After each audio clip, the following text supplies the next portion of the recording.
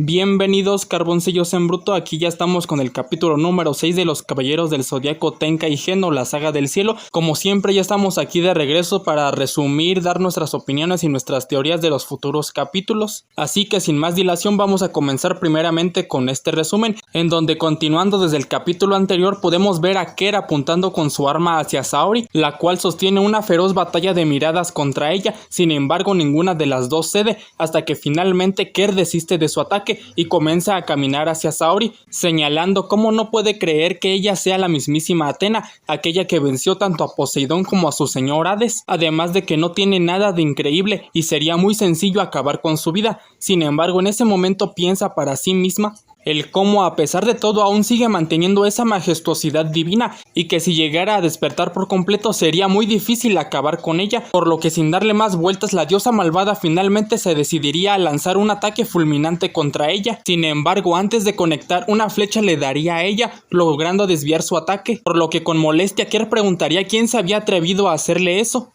transicionándonos a ver a Shun, quien llegaría ante un viejo al cual llamaría abuelo, y este lo recibiría gustosamente, felicitándolo por su trabajo vendiendo flores, pasando a tener una conversación amena sobre cómo se encontraban, para después ver cómo el viejo se encontraba tomando un té que le había preparado Shun, agregando que las hierbas medicinales que le había traído de los Elíseos eran muy efectivas, comenzando así una charla sobre las plantas y flores de aquel lugar, las cuales por palabras del anciano servían como medicina para pintura, curar heridas y para tratar enfermedades, por lo que Shun cuestionaría por qué si eran tan buenas las personas del pueblo no las recolectaban, así que el viejo le contaría cómo no podían, ya que hace 200 años atrás ese mismo jardín existió en las afueras de un pueblo llamado Firanzo, al cual se llegaba cruzando varias montañas desde Rodorio, además de que un joven estudiante de pintura siempre acudía a ese lugar, pero un día desapareció y después todo el jardín se marchitó, perdiendo toda vida. Sin embargo, existió una joven que logró cortar la última flor de aquel lugar, la cual cuenta la leyenda que voló por el viento desde aquel lugar hasta las afueras de Rodorio, y con el paso del tiempo creció hasta convertirse en los nuevos campos elíseos, pero como sus flores eran curativas, todos se comenzaron a cortarlas. No obstante, poco tiempo después esas personas perdían la vida, así que todos optaron por ya no recolectarlas, creyendo que se trataba de una maldición divina. Sin embargo, el viejo agregaría que fue una gran sorpresa haber encontrado a Shun parado en medio de aquel campo, viendo un flashback sobre aquel momento en el que el viejo conoció a Shun, siendo este último que al recordar lo mismo explicaría que cuando volvió en sí ya se encontraba ahí, pero había perdido todos sus recuerdos a excepción de su nombre, agradeciéndole al viejo que lo dejara vivir ahí, por lo que aquel anciano le regresaría el agradecimiento, pues era de mucha ayuda que él vendiera las flores, además de que todos en la aldea estaban muy contentos con él por poderle comprar esas hermosas flores, además de que le sorprendía el cómo a él no le ocurría nada por cortarlas, agregando que no era un joven común, sorprendiendo a Shun con este comentario, para continuar diciéndole que le parecía que él era un joven con un destino mucho más grande que solo vender flores, pasando a ver a Shun, el cual estaría contemplando los Elíseos al mismo tiempo que pensaba en lo que le dijo el anciano y cuestionándose quién era él. Pero en ese instante un extraño sentimiento inundaría el pecho del joven, diciendo que sentía como si algo lo llamara desde los campos elíseos, preguntándose si eso era el cosmos que había mencionado Seiya anteriormente, para después corregirse, ya que esa sensación era mucho más intensa, preguntándose si acaso ese era el cosmos de un dios, volviendo a los campos elíseos, en donde las satélites finalmente harían acto de presencia, preguntando Ker qué hacía ahí el ejército de Artemisa, pero las guerreras de la luna, sin decir más, atacarían a Ker, pero todas las flechas caerían a su alrededor sin hacerle daño, así que la diosa malvada les diría que sus ataques jamás lograrían darle, por lo que la comandante de las satélites atacaría con su flecha especial, la cual se destruiría frente a Ker, la cual desplegaría su cosmo, y al instante las demás guerreras caerían derrotadas, apareciendo detrás de su comandante y amenazándola con que ella era una diosa y por su insolencia terminaría hecha pedazos. Pero entonces Saori le ordenaría que se detuviera, dejando paralizada a Ker, quien notaría que su aura había cambiado, preguntándose si acaso esa presencia era la de la verdadera Athena, una de los 12 dioses del Olimpo, concluyendo con que efectivamente era la verdadera Athena, finalizando así con este capítulo. Pues muy bien, Carboncillos en Bruto, finalmente hemos llegado al final de esta primera tanda de los Caballeros del Zodiaco Tenkai Gen, la saga del cielo, en donde tuvimos 6 capítulos más que interesantes, algunos más que otros y algunos más flojillos que otros, y en este caso, en este último sexto capítulo, pues tenemos aquí un cliffhanger bastante grande y bastante interesante para la futura entrega, la cual Kurumada ya anunció que se estrenará en la temporada de invierno, la cual abarca desde noviembre más o menos hasta febrero. Entonces tenemos esos 4 meses para que otra vez salga la siguiente tanda de capítulos y ver cómo continúa esta increíble historia. Pero antes de soltar conspiraciones y teorías sobre los futuros capítulos,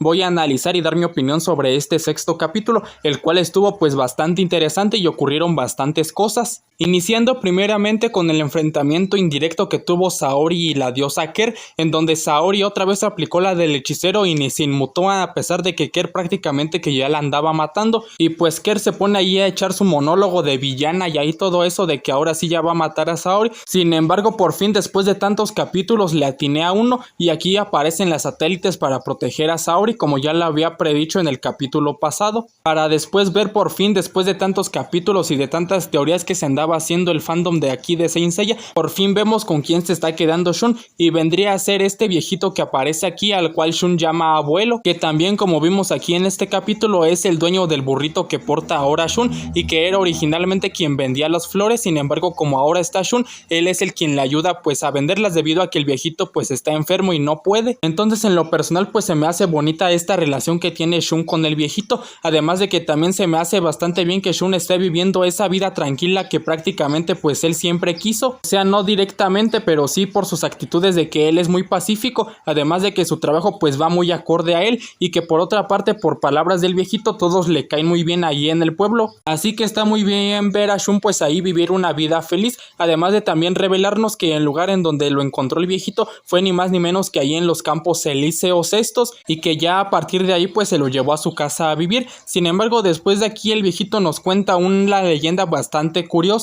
la cual yo desde el momento en el que mencionó que las flores de los elíseos estos servían para hacer pinturas, ya me estaba presintiendo que se tendría algo que ver con el Next Dimension. Entonces pues efectivamente el joven pintor que se hace alusión en esta leyenda vendría a ser el joven Alon, que como ya sabemos fue la reencarnación de Hades en el siglo pasado. Y por otro lado, el hecho de que los elíseos se marchitaran después de la desaparición de Alon es porque Atena probablemente derrotó a Hades y por ende los elíseos pues ya se marchitaron y perdieron toda su vida que los mantenía pues este Hades. Y después menciona que hubo una joven, la cual es evidentemente Sasha Atena del siglo pasado, la cual cortó la última flor de ese lugar, y ya después dice ahí que el viento la llevó hasta las afueras de Rodorio, y con el paso de los 200 años germinó y creció pues hasta convertirse en los nuevos elíseos. Pero como no sabemos cómo se desarrolló la guerra del siglo pasado o cómo fue que concluyó, no sabemos qué significado tenga esto de que Sasha haya recolectado esa última flor y todo esto. Sin embargo, ahora ya sabemos que también este jardín terrenal tiene relación con el despertar de Hades, que ocurre cada 243 años para iniciar la nueva Guerra Santa. Entonces pues al menos en esta parte ya tenemos varios datos interesantes con relación a lo que vendría a ser Hades y este jardín terrenal, que tiene relación con los verdaderos elíseos del inframundo, lo cual nos ayuda a entender por qué Shun apareció ahí, y es debido a que él es la reencarnación de Hades en esta era, siendo por esto mismo que él puede estar y cortar las flores de ese lugar a su antojo, porque prácticamente él es el patrón de ese lugar, por así decirlo. Además, esto ya es opinión mía, pero en la viñeta en donde vemos a Shun ahí convivir con toda la gente del pueblo, ahí esta escena me recordó bastante también a la de Saga, en donde decían que él era prácticamente un dios y que todos los de la aldea lo querían bastante y le tenían mucho aprecio y todo esto. Y como ya sabemos, Saga pues tenía, aparte de un chamuco metido, también era considerado candidato a patriarca. Entonces probablemente Shun también podría llegar a ser candidato a patriarca futuramente, pero pues esto ya es especulación mía o son ideas que pues a mí me llegaron viendo a este panel. Ya después vemos que el viejito le dice a Shun que él presiente que tiene un destino mucho más grande que cumplir, lo cual pues evidentemente nosotros ya sabemos que es cierto, porque aparte de ser la reencarnación de Hades, también es un santo de Atena. Entonces pues ahí le damos la razón al viejito, y que probablemente con las teorías que se sacan los fans de Saint Seiya digan que el viejito es Kurumada o algo así, para después llegar a una de las partes más interesantes de este capítulo, que es ahí cuando Shun se encuentra reflexionando sobre lo que le dijo el viejito previamente, y después en ese momento siente que algo lo empieza a llamar desde los elíseos, siendo una presencia bastante fuerte que incluso Shun dice que podría ser la de un dios, que nosotros ya sabemos quién es, opiniones, pero lo voy a dejar para ahorita en la sección de teorías para futuros capítulos. Ya después de aquí vemos lo que vendría a ser el enfrentamiento entre las satélites y la diosa Ker, las cuales pues evidentemente no iban a tener ninguna oportunidad contra ella, ya que como vimos probablemente estas tengan un nivel pues de un caballero de plata o más o menos por ahí, ya que vemos que Seiya sin armadura pues se las papió fácilmente, entonces pues no tengamos tantas esperanzas en ellas. Y aquí ocurre lo segundo más interesante de este capítulo, y es que cuando Ker está a punto de matar a las guerreras, Saori la interrumpe diciéndole que no las debe matar, y es aquí cuando Ker se da cuenta de que la presencia de Saori ya cambió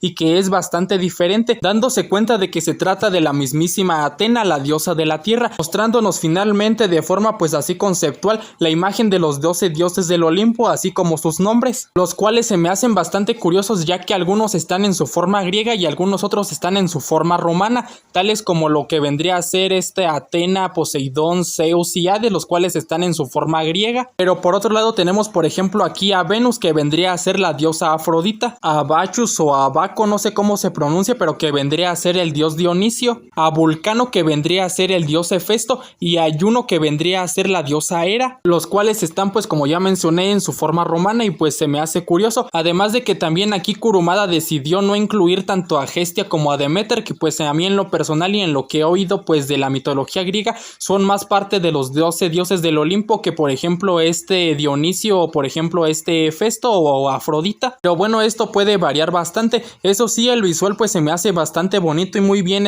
logrado, debido a que pues vemos aquí a los 12 dioses representados como en unas cartas, las cuales están sobrepuestas encima de todas las constelaciones del zodiaco, dándonos a entender pues que están por encima de los caballeros, obviamente, o al menos es como yo lo interpreto. Entonces en lo personal a mí me gustó el capítulo, estuvo bastante bueno y muy interesante, y nos dejó con esas ganas de querer seguir leyendo y saber qué va a pasar después, pero pues lamentablemente tendremos que esperar hasta que salga la siguiente tanda de capítulos. Y ahora ya para finalizar pues voy a pasar con las teorías que tengo, principalmente sobre la escena ahí con Shun, en la cual vemos que supuestamente lo está llamando un dios. Entonces tenemos de dos opciones, una que sea pues el cosmo de Saori que lo esté llamando para que vaya y le ayude pues allá a los Elíseos contra esta Ker. Sin embargo esta opción pues no la veo tan factible, debido a que Shun ya conoce cómo es el cosmo de Saori, ya que por ahí del capítulo 2 o 3 ya observó cómo es y ya sintió cómo se siente, entonces pues ya más o menos lo reconoce y sabría que se trata de la señorita que conoció en ese momento, pero en este caso dice que es otro dios diferente, entonces muy probablemente sea el alma de Hades que lo está llamando. Entonces estaríamos ante el regreso nuevamente del dios del inframundo, el cual vuelva a poseer el cuerpo de Shun y ahora sí esté pues ahí poseyéndolo totalmente y no tengamos forma de cómo detenerlo, debido a que Athena no tiene a sus caballeros. Entonces por un lado tenemos esa trama y por otro lado tenemos, como no podía ser de otra manera, a Saori farmeando aura, la cual aparentemente ahora sí ya ha despertado totalmente como Athena, o al menos eso es lo que nos da a entender, o probablemente sea otro de esos despertares momentáneos que ha tenido en estos últimos capítulos, en el que logre enfrentar a Ker y dejarla debilitada para que así regrese a la tierra o vaya a hacer lo que haya ido a hacer a los campos elíseos. Incluso se me ocurre la posibilidad de que agarre a la comandante esta de las satélites y le ordene que la lleve con su hermana Artemisa para que así empiece a confrontar a los dioses. En sí esas serían mis teorías o lo que yo pienso que veríamos para los futuros capítulos ya cuando regrese Kurumada ahí de su descanso de unos 6 meses más o menos, aunque también pues obviamente tenemos que seguir ahí con la historia de Seiya para saber cómo recupera sus recuerdos. También tenemos que